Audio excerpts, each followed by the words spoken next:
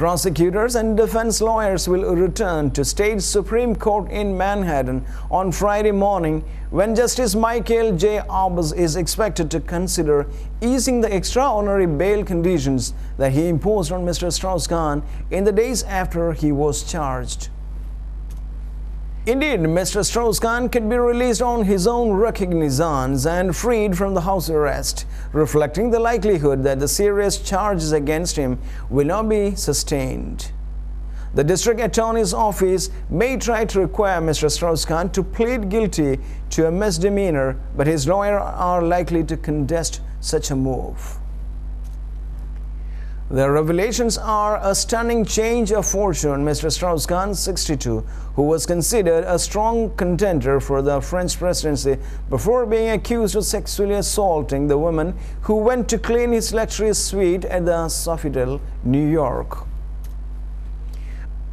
A lawyer for the woman, Kenneth P. Thompson, in an email message did not offer a direct rebuttal of the allegations. Nothing changes one very important fact, namely that Dominic Strauss-Kahn violently sexually assaulted the victim inside the hotel room at the Sofitel in New York. Chavez tells of surgery to remove cancerous tumor.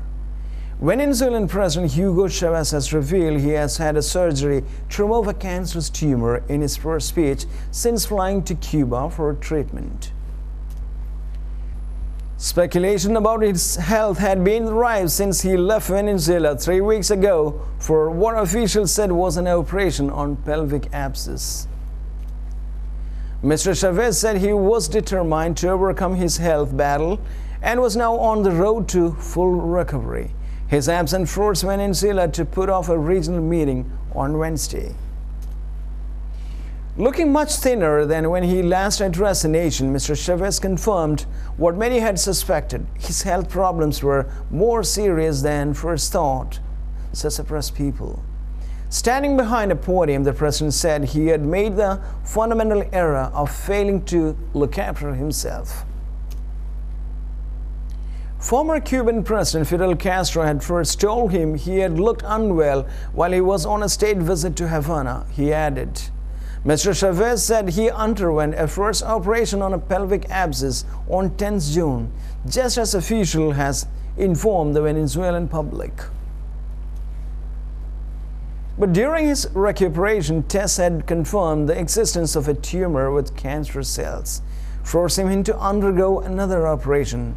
The extraction of the tumor had been completely successful, he said. He added that his condition had been evolving satisfactorily while he received complementary treatment to combat the different types of cells found and thereby continue on the path to my full recovery.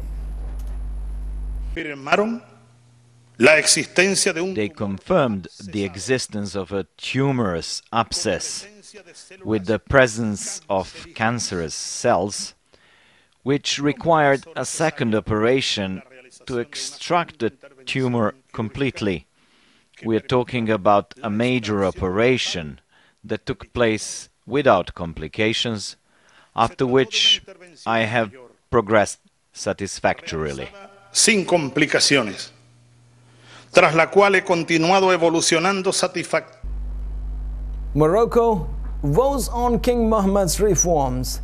Moroccans are going to the polls to vote a series of constitutional amendments and reforms. The proposal put forward by King Mohammed VI would give the Prime Minister and Parliament more power. Analysts say that he is widely expected to win the vote, though low turnout could spark demands for bolder changes.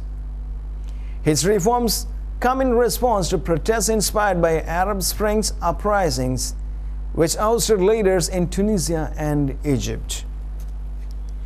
Morocco's own youth-based February 20 movement organized weeks of pre-reform demonstrations through websites such as Facebook and YouTube, which brought thousands to the streets.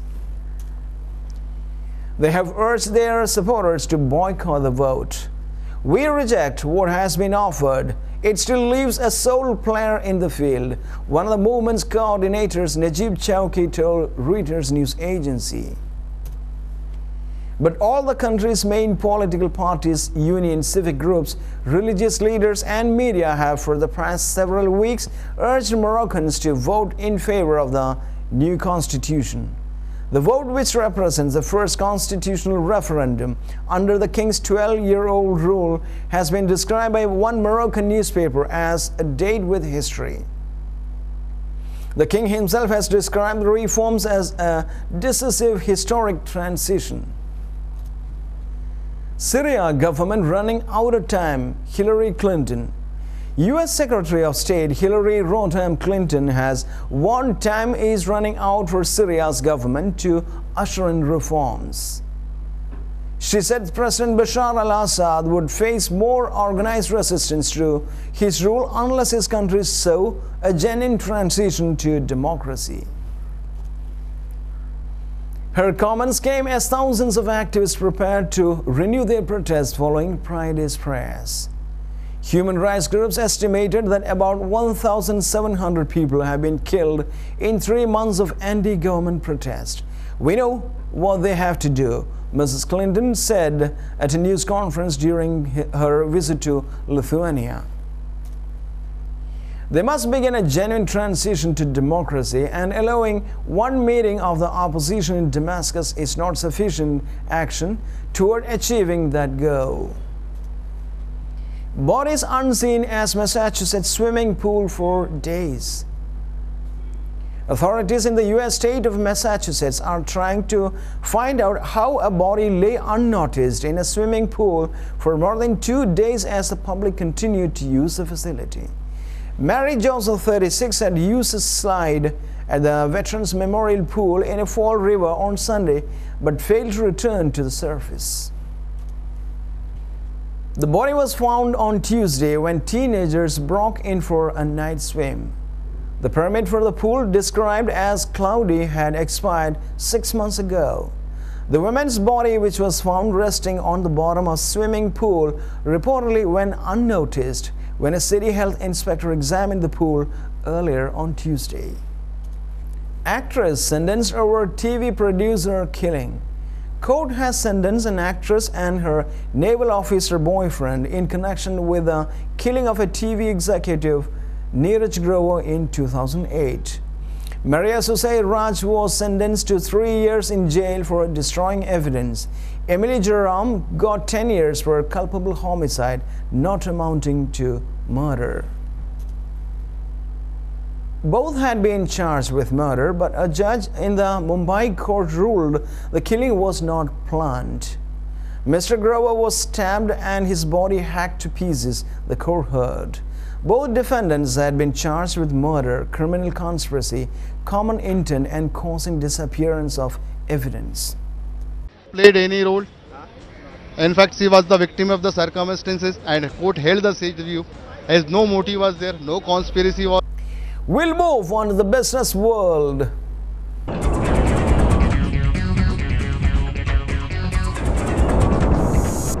Samsung seeks ban on sales of key Apple products in the US. Samsung Electronics has filed a complaint with the US International Trade Commission (ITC) seeking the ban of sale of key Apple products in the US. Samsung want to stop iPhone, iPad and iPod models being imported and sold in the US. The two companies have been involved in a legal tussle accusing each other of copying designs and technology. Apple produces the best-selling smartphones and tablet PCs. Samsung will vigorously defend our intellectual property to protect our role as a leader and innovator in the mobile communication business in order to better serve the customers, Samsung said in a statement. The success of iPhone and iPad saw many rival companies come up with similar products in an attempt to capture a share of fast-growing market. Samsung Electronics tested success with the launch of its Galaxy series in the smartphone and tablet PC category. However, earlier this year, Apple sued Samsung, accusing the company of slavishly copying its designs. Apple's claims focused on Galaxy's design features such as the look of its screen icons. Samsung said its products were the result of research and development carried out by the company. But in an unexpected twist to the legal tussle, days later, Samsung filed suits against Apple in 3 countries, accusing its rival of infringing its patents. Analysts said the legal wrangling was an unnecessary headache for both the firms. Welcome to the world of science. Dinosaurs were animal world's top boneheads. Scientists have compared a dinosaur with several modern-day animals to settle who wins a heavyweight headbutting title. The new finding confirmed that the ancient bipedal dinosaur Stegosaurus could knock out any of today's top headbutters. Stegosaurus probably used their domed skulls to ram each other over access to fertile females. Stegosaurus was a member of the leaf-eating genus Pachycephalosauria that roamed the earth around 70 million years ago. The god-sized dinosaur supported a 7.5 centimeter thick bony skull, which some paleontologists believe acted as a shock absorber when these animals ran at each other. However, images of the insides of Stegosaurus' fossilized skull, which reveal 2 layers of dense bone that encase a spongy sinus held apart by tiny struts, has led some scientists to doubt this interpretation. Hoping to clear up the controversy, biomedical engineer Dr. Eric Snively wandered down the corridor at the University of Calgary in Alberta, Canada, to enlist the help of colleague Dr. Jessica Theodore, a vertebrate paleontologist. The duo performed computed tomographic scans, CT scans, on the skulls of Stegosaurus along with a variety of modern animals and used these bone density measurements to create 3D models of the animals' heads. The team was then able to extend virtual stresses to test how different skulls held up. Compared to some of today's big hitters such as a Northern American bighorn sheep, the Arctic musk ox, and African duiker, Stegosaurus' head was able to withstand the most stress. The argument that they couldn't withstand the forces of headbutting seems to have been refuted by this evidence, said Dr. Theodore. And in sports,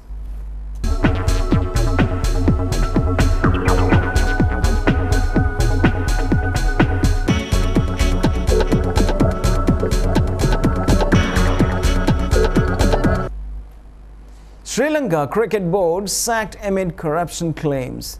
The Sri Lankan government has dissolved the country's cricket board amid claims of corruption and mismanagement. A government spokesman said the new board would be announced later on Friday. Sri Lanka Cricket SLC has been run by political appointees on a temporary basis for the past 7 years. The cricket board has debts of more than $15 million after co-hosting this year's World Cup with India and Bangladesh. Last month, it sought financial help from the government and the State Bank. In April, former national captain Hashan Tilakaratne claimed that match fixing had been a widespread practice in Sri Lankan cricket since 1992. The board has been dissolved, that's a fact, said SLC spokesman Brian Thomas. The government had not told the reason why, but this particular interim committee has served its 2 years. There will be another interim committee appointed this evening, Sports Minister Mahindrananda Alukatratna told. And now, before we close today's event of news analysis, let's have a recap of the main points.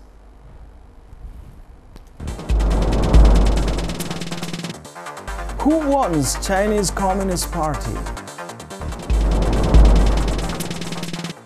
Another area Girds for revolt as Sudan approaches a split. Strauss-Kahn Case Seen as near collapse.